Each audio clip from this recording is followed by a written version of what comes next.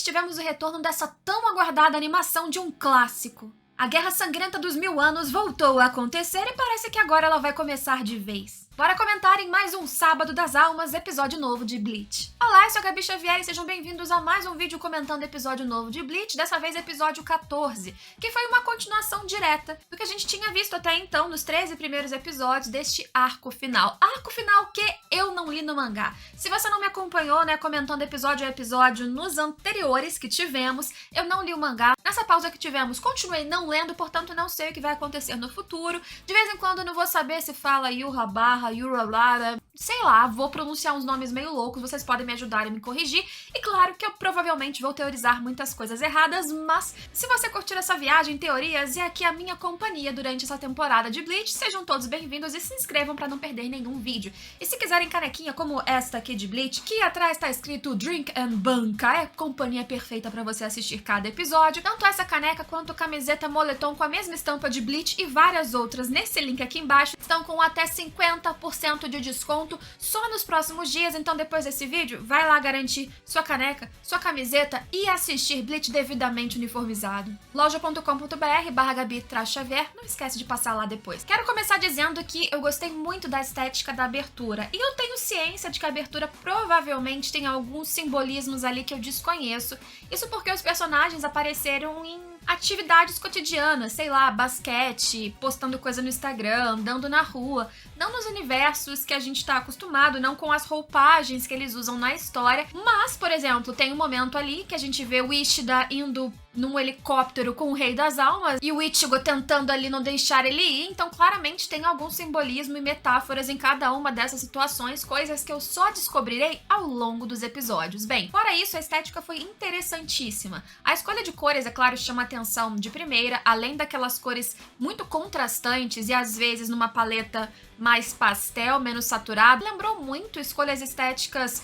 de JoJo's Parte 4 ou mesmo de Great Pretender, que é um anime mais recente. E as escolhas artísticas dentro dessa nova temporada de Bleach já me chamam a atenção desde os episódios passados. Eu sei que a galera hoje em dia se pega muito mais de ver batalhas acontecendo com brilhos, efeitos e coisas e Deus me livre 3D, mas eu acho que Bleach, na simplicidade do que entrega, consegue trazer para quem, por exemplo, como eu, tem a memória do anime antigo, que outros tipos de traço eram referências e mais utilizados, e ele mantém essa essência.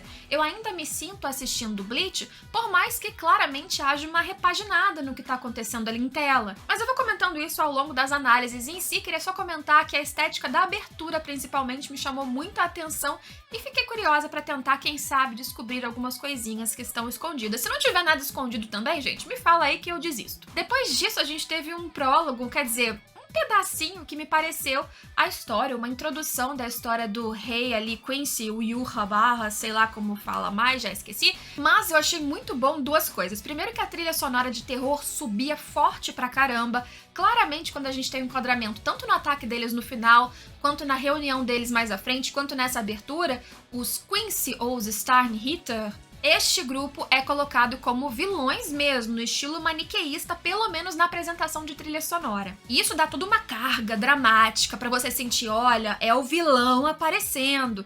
E nesse momento do começo, apresentando o que seria ele desde a concepção, literalmente, porque vem vários espermatozoides na tela e tudo e tal, existe um traço mais granulado que dá uma ideia de conto, sabe? De algo meio etéreo, algo intangível, ou uma história que ainda não tá tão clara pra gente. E como eu falei, abre com os espermatozoides vindo, dando origem a um embrião que vai se subdividindo até virar um bebê, e esse bebê tá ligado a um cordão umbilical na mãe. Mãe essa que depois some, eu não entendi se essa mãe de alguma forma é consumida, porque ela vira vários pontinhos de energia que vão em direção ao bebê, mas o que eu achei mais curioso é que esse bebê depois de lá em cima, no topo, e lá embaixo existem várias mãos, e essas mãos têm uma luz azul no meio, e toda a paleta, especialmente dos Quincy, é azulada. Tudo em relação a eles é um azul profundo. Me deu a ideia de que aquelas mãos são de Quincy, e essas mãos, em determinado momento, estão erguidas em direção a este Yurabara, e depois essas mãos vão meio que conectando com um traço vermelho que vai em direção a este rei, e elas vão secando. Eu fiquei pensando assim, será então que isso quis fazer uma assimilação de que ele suga, depende de alguma forma de uma energia ou poder dessas mãos, dessas pessoas que eu acho que são os seus súditos, portanto eu acho que são os Quincy. Não sei, eu acho que o anime quis dizer alguma coisa importante ali e eu achei que ficou de novo simbólico ao mesmo tempo que criou uma atmosfera tensa, que foi uma abertura perfeita para esse retorno, que sim, foi uma continuação. E antes da gente passar para o restante dessa primeira metade, que aborda bastante os Quincy em si, a gente tem um breve momento contextualizando onde está Ichigo, que ainda tá junto com a galera da Guarda Real. Na verdade, ele tá com o comandante deles, e numa cena em que ele se dá conta, ou é dito pra ele, que embora ele queira voltar pra Soul Society, embora ele já ache que está pronto pra lutar contra o Rei Quincy, não. Se ele for, ele vai perder. Isso é dito pra ele meio que leva um choque. E ele percebe, ou lhe é dito explicitamente, que ele ainda precisa treinar muito pra ultrapassar, pelo que eu entendi, as capacidades de um Shinigami. Ele tem que ir muito além de um Shinigami. Portanto, ele tem que treinar muito mais do que simplesmente usando a sua Zanpakuto. Ele tem que, sei lá, alcançar um nível, um patamar tão inimaginável que depois, mais à frente no episódio, é dito que, talvez, com a força que ele precisa ter, ele inclusive nem possa voltar para o mundo humano sem representar um grave perigo para aquela atmosfera. E metade do episódio focou no Rei Quincy, na sua galera, e no Ishida, que eu ainda tenho esperanças, não tirem as minhas esperanças de que ele esteja ou muito perdido, precisando de uma terapia muito forte, ou sei lá, ele tá na verdade enganando o rei, porque não é possível. Eu sei que ele veio de um conflito, primeiro arco, ele e o Ichigo sempre tiveram ali atritos, mas eles estavam assim numa paz até. Tava tudo bem. Não era pra ninguém trair ninguém ali, sabe? Foi muito, nossa, li o diário do meu vô e aí eu descobri que eu tenho que trair todos meus amigos e é isso aí. Não consigo me conformar. Mas aconteceu uma reunião pra dizer que ele era o sucessor do cara, do rei, mas antes teve todo um discurso do Yojimbo falando que eles ficaram perdidos. Ele usa o nome do lugar, tem muitos termos em alemão que surgem e alguns eu pesquisei. Schattenbereit, não sei como fala isso, gente, desculpa, não me formei em alemão, mas eu pesquisei que isso significa Shadow Area, a área sombria. E que eles precisaram ficar escondidos nessa área, imagino que é o reino, o local em que eles estão, e passaram despercebidos pela Soul Society durante todos esses anos, logo após a guerra, que fez com que eles quase fossem exterminados. E essa é a historinha que esse rei conta, né, relembra no começo pra dizer o quanto eles sofreram, quase foram exterminados, precisaram ficar ali reclusos e agora era hora de virar e falar sobre o Ishida. Ele apresenta pra galera do nada. Alguns ali, se não ficam chocados, ficam inconformados com a existência desse garoto que vai se tornar o sucessor do rei, completamente improvável. E eu fico muito curiosa porque há vários rostos ali entre essa galera dos Steinhitters, esses Quincy, enfim. E alguns nomes vão se destacando, alguns eu consigo lembrar, alguns eu vou precisar de um reforço ao longo dos episódios. Assisti esse episódio 2 vezes e os nomes vão me fugindo ainda, mas eu vi que a gente teve um destaque nesse episódio, não só pro Jugram, mais à frente, mas também pra Bambieta e Besbi, que foram os que mais foram, assim, expressivos na reclamação sobre esse garoto que vai suceder o rei sem propósito nenhum, pelo que eles sabem.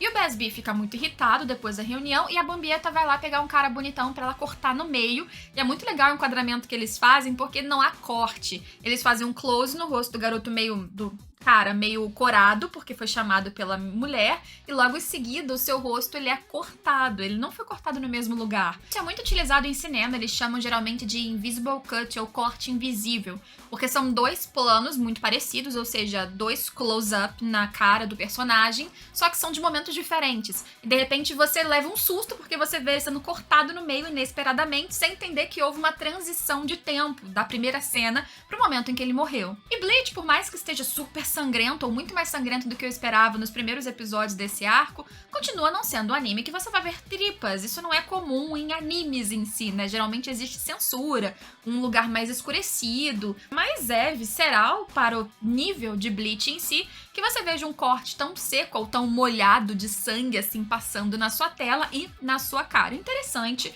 E mostra uma faceta de uma personagem que provavelmente vai ser mais trabalhada daqui pra frente. Mas depois a gente vê a discussão ali com esse outro que é o Jasby, e muito irritado, depois chegando o Jugram, que seria o provável sucessor do rei, se não fosse esse anúncio do Ishida. E o Presby, inclusive, irritadíssimo porque este, que deveria ser o sucessor mais aceitável, estava concordando com esse anúncio sem fazer qualquer objeção. Existe um outro, que agora o nome me fugiu à cabeça porque era um nome mais complicado, que interfere nessa discussão, dizendo que ela era, assim, desnecessária, até perigosa para alguns, e ele se refere especificamente a esse Julgrã, que seria muito perigosa para ele, e ele depois dá uma de futuro imperador, futuro rei.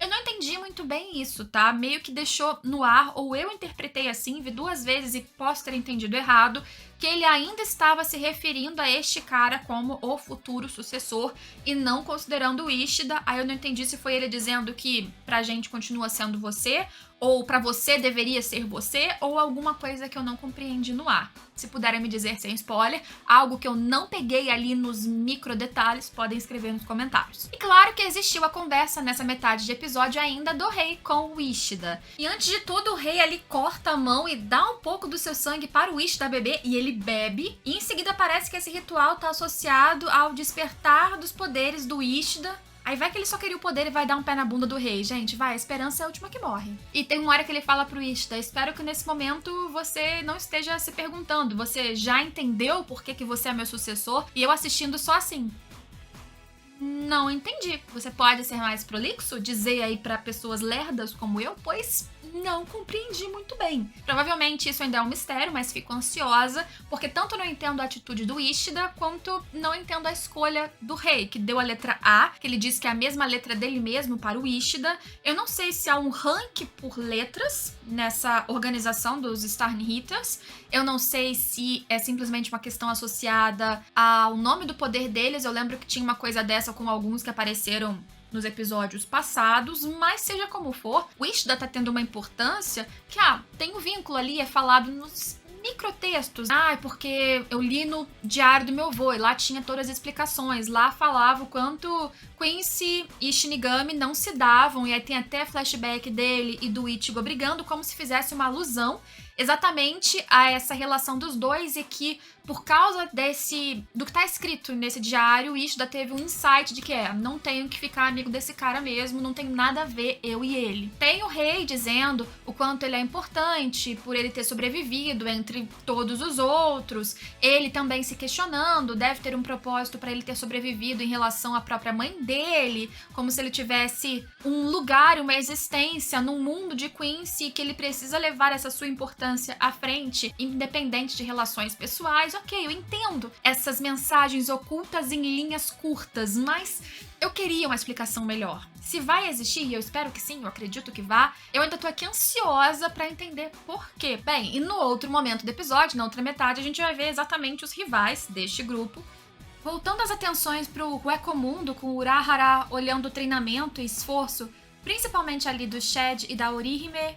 Depois a gente volta pro treinamento do Ichigo no Palácio Real, em que ele precisa ultrapassar as capacidades de um Shinigami, entrando numa dimensão que eu não entendi muito bem o que é. Lindíssima, inclusive, cheia de brilhinhos. Só me lembro que é citada a questão do Rei das Almas, e que para ele entrar no reino espiritual sagrado, com a autorização do Rei das Almas, ele precisa ainda passar por um desafio, se provar ele mais forte, e é isso que aparentemente ele tá fazendo. Ao mesmo tempo que a gente vê que Rukia e Renji também continuam com o treinamento deles e avançando, e que Byakuya finalmente acordou. Ficou lá um tempão submerso, lá no onsen, muito mais do que qualquer pessoa, e já acordou com aquele jeitinho dele de que nunca perdi na minha vida. Do que eu me lembro da Soul Society, que apareceu antes do ataque final, foi um diálogo ali, é claro, um pouquinho embutido de humor, enfim, mas o mais relevante é que há um grupo que precisaria trabalhar nesse desequilíbrio que aconteceu entre o mundo dos humanos e ali a própria Soul Society e tudo mais, porque os Quincy estão fazendo ativamente várias coisas que estão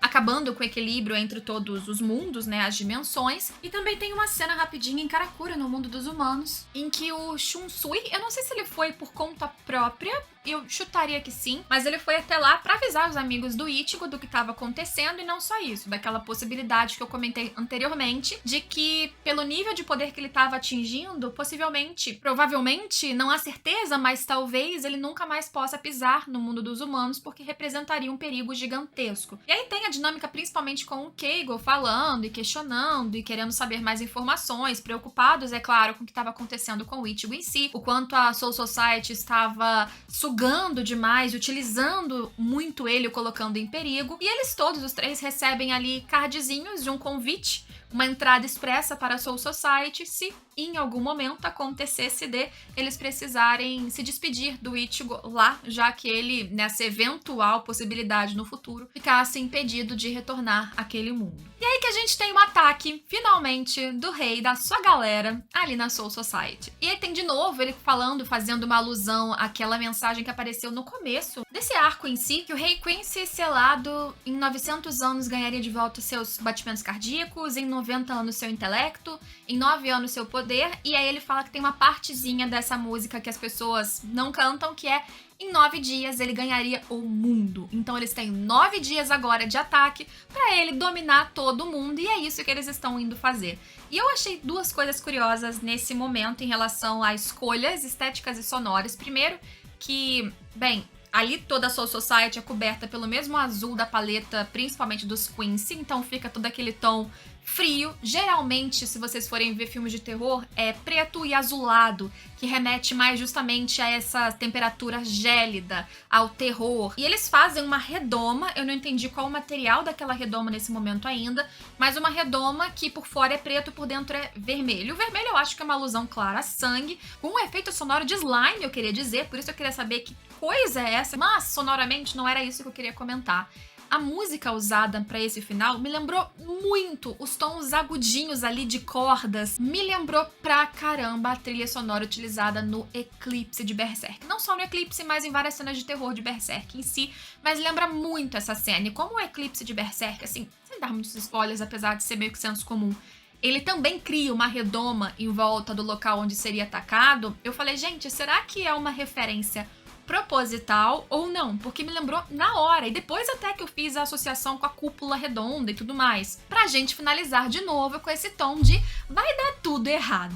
E a gente comenta no episódio que vem todos os próximos desenvolvimentos. Se vocês quiserem, é claro, continuar assistindo comigo, já tô aqui estabelecendo que vamos ter Sábado das Almas, mas, como sempre, vamos fazer aquele censo nos comentários. Comentem aqui embaixo que aí sim eu volto nas próximas semanas e a gente estabelece de vez o Sábado das Almas de novo neste canal. Se você curtiu um pouquinho deste vídeo, considere se inscrever neste canal e deixar o seu joinha, porque me ajuda pra caramba, e claro, compartilhar este vídeo se você achar que vale a pena. Espero vocês nos próximos vídeos e não se esqueçam de garantir, ó, metade do preço, porque essas promoções de até 50% e 10% de cashback pra vocês é só até, se não me engano, a próxima terça-feira. Então, aproveite depois no link da descrição e vejo vocês nas próximas. Tchau, tchau!